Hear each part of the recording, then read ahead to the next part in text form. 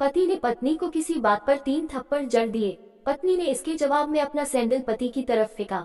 Sandal का एक सिरा पति के सिर को छूता हुआ निकल गया। मामला रफा दफा हो भी जाता, लेकिन पति ने इसे अपनी तौहीनी समझी। रिश्तेदारों ने मामला और पेचीदा बना दिया। न सिर्फ पेचीदा बल्कि संगीन। सब रिश्तेदारों ने इसे खानदान की नाक कटना कहा। ये भी कहा कि पति को सैंडल मारने वाली औरत न वफादार होती है न पतिव्रता। इसे घर में रखना अपने शरीर में मियादी बुखार पालते रहने जैसा है। कुछ रिश्तेदारों ने ये भी पश्चाताप जाहिर किया कि ऐसी औरतों का भ्रूण ही समाप्त कर देना चाहिए। बुरी बातें चक्रवृद्धि ब्याज की तरह बढ़ती है, सो दोनों तरफ खूब आरोप उछाले गए। ऐसा लगता था जैसे दोनों पक्षों के लोग आरोपों का वॉलीबॉल खेल रहे हैं। लड़के ने लड़की के बारे में और लड़की ने लड़के के बारे में कई असुविधाजनक बातें कही। मुकदमा दर्ज कराया गया। पति ने पत्नी की चरित्रहीनता का तो पत्नी ने दहेज उत्पीड़न का मामला दर्ज कराया। 6 साल तक शादीशुदा जीवन बीताने और एक बच्ची के माता पिता होने के बाद आज दोनों में तलाक हो गया। पति पत्नी के हाथ में तलाक के कागजों की प्रति थी। दोनों चुप थे, दोनों शांत, दोनों निर्विकार। मुकदमा 2 साल तक चला था। 2 साल से पत्नी अलग रह रही थी और पति अलग। मुकदमे की सुनवाई पर दोनों को आना होता। दोनों एक दूसरे को देखते जैसे चकमक पत्थर आपस में रगड़ खा गए हों। दोनों गुस्से में होते, दोनों में बदले की भावना का आवेश होता। दोनों के साथ रिश्तेदार होते जिनकी हमदर्दियों में जरा जरा विस्फोटक पदार्थ भी छुपा होता। लेकिन कुछ महीने पहले जब पति पत्नी कोर्ट में दाखिल होते तो एक दूसरे को देखकर मुंह फेर लेते, जैसे जानबूझकर एक दूसरे की उपेक्षा कर रहे हों। वकील और रिश्तेदार दोनों के साथ होते। दोनों को अच्छा खासा सबक सिखाया जाता कि उन्हें क्या कहना है। दोनों वही कहते। कई बार दोनों के वक्तव्य बदलने लगते, वो फिर संभल जाते। अंत में वही हुआ जो सब चाहते थे, यानी तलाक। पहले रिश्तेदारों की फौज साथ होती थी, आज थोड़े से रिश्तेदार साथ थे। दोनों तरफ के रिश्तेदार खुश थे, वकील खुश थे, माता पिता भी खुश थे। तलाकशुदा पत्नी चुप थी और पति खामोश था। यह महज इत्तेफाक ही था कि दोनों पक्षों के रिश्तेदार एक ही टी स्टॉल पर बैठे कोल्ड ड्रिंक्स लिया। ये भी महज इत्तेफाक ही था कि तलाकशुदा पति पत्नी एक ही मेज के आमने सामने जा बैठे। कांग्रेचुलेशन, आप जो चाहते थे वही हुआ, स्त्री ने कहा। तुम्हें भी बधाई, तुमने भी तो तलाक देकर जीत हासिल की, पुरुष बोला। तलाक क्या जीत का प्रतीक होता है, स्त्री ने पूछा। तुम बताओ, पुरुष के पूछने पर स्त्री ने जवाब नहीं दिया। वो चुपचाप बैठी रही, फिर बोली, तुमने मुझे चरित्रहीन कहा था। अच्छा हुआ अब तुम्हारा चरित्रहीन स्त्री से पीछा छूटा। वो मेरी गलती थी, मुझे ऐसा नहीं करना चाहिए था, पुरुष बोला। मैंने बहुत मानसिक तनाव झेले हैं। स्त्री की आवाज सपाट थी, न दुख न गुस्सा। जानता हूँ पुरुष इसी हथियार से स्त्री पर वार करता है जो स्त्री के मन और आत्मा को लहूलुहान कर देता है। तुम बहुत उज्जवल हो, मुझे तुम्हारे बारे में ऐसी गंदी बात नहीं करनी चाहिए थी, मुझे बेहद अफसोस है, पुरुष ने कहा। स्त्री चुप रही। उसने एक बार पुरुष को देखा। कुछ पल चुप रहने के बाद पुरुष ने गहरी सांस ली और कहा, तुमने भी तो मुझे दहेज का लोभी कहा था। गलत कहा था, पुरुष की ओर देखती हुई स्त्री बोली। कुछ देर चुप रही, फिर बोली, मैं कोई और आरोप लगाती लेकिन मैं नहीं। प्लास्टिक के कप में चाय आ गई।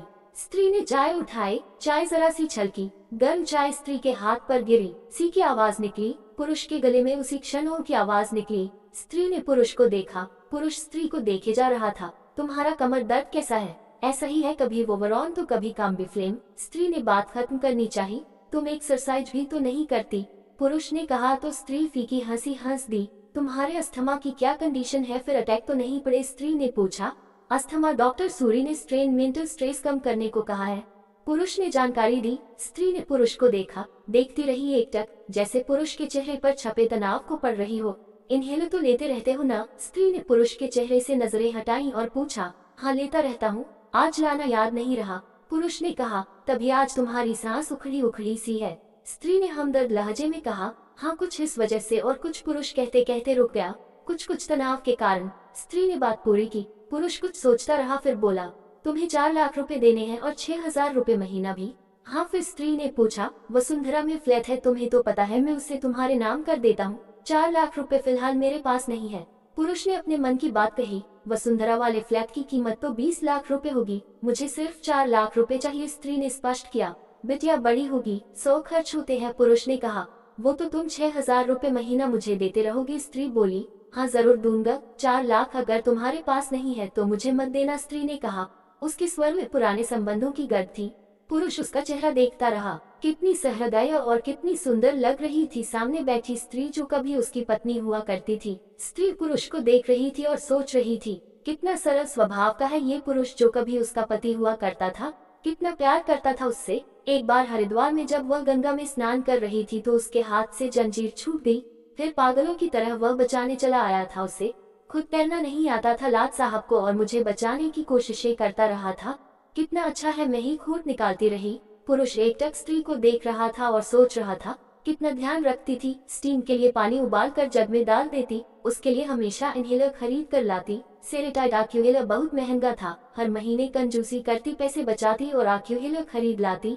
दूसरों की बीमारी की कौन परवाह करता है, ये करती थी परवाह, कभी जाहिर भी नहीं होने देती थी। कितनी संवेदना थी इसमें। मैं अपनी मर्दानगी के नशे में रहा। काश जो मैं इसके जज्बे को समझ पाता। दोनों चुप थे, बेहद चुप, दुनिया भर की आवाजों से मुक्त होकर खामोश। दोनों भीगी आंखों से एक दूसरे को देखते रहे। मुझे एक बात कहनी है, उसकी आवाज में झिझक थी। कहो, स्त्री ने सजल आंखों से उसे देखा। डरता हूँ, पुरुष ने कहा। डरो मत, हो सकता है तुम्हारी बात मेरे मन की बात हो, स्त्री ने कहा। तुम बहुत याद आती रही, पुरुष बोला। तुम भी, स्त्री ने कहा। मैं तुम्हें अब भी प्रेम करता हूँ। मैं भी, स्त्री ने कहा। दोनों की आंखें कुछ ज्यादा ही सजल हो गई थी, दोनों की आवाज जज्बाती और चेहरे मासूम। क्या हम दोनों जीवन को नया मोड़ नहीं दे सकते, पुरुष ने पूछा। कौन सा मोड़? हम फिर से साथ साथ रहने लगे, एक साथ पति पत्नी बनकर, बहुत अच्छे दोस्त बनकर। ये पेपर, स्त्री ने पूछा। फाड़ देते हैं, पुरुष ने कहा और अपने हाथ से तलाक के कागजात फाड़ दिए। फिर स्त्री ने भी वही किया। दोनों उठ खड़े हुए, एक दूसरे के हाथ में हाथ डालकर मुस्कराए। दोनों पक्षों के रिश्तेदार हैरान परेशान थे। दोनों पति पत्नी हाथ में हाथ डाले घर की तरफ चले गए। घर जो सिर्फ और सिर्फ पति पत्नी का था। पति पत्नी में प्यार और तकरार एक ही सिक्के के दो पहलू हैं। जरा सी बात पर कोई ऐसा फैसला न ले कि आपको जिंदगी भर अफसोस हो। दोस्तों, आपको कहानी कैसी लगी कमेंट करके बताएं और चैनल को सब्सक्राइब करें ताकि ऐसी बेहतरीन कहानियों की जानकारी आपको आगे भी मिलती रहे। तो फिर मिलते हैं एक नई कहानी के साथ। जय हिंद।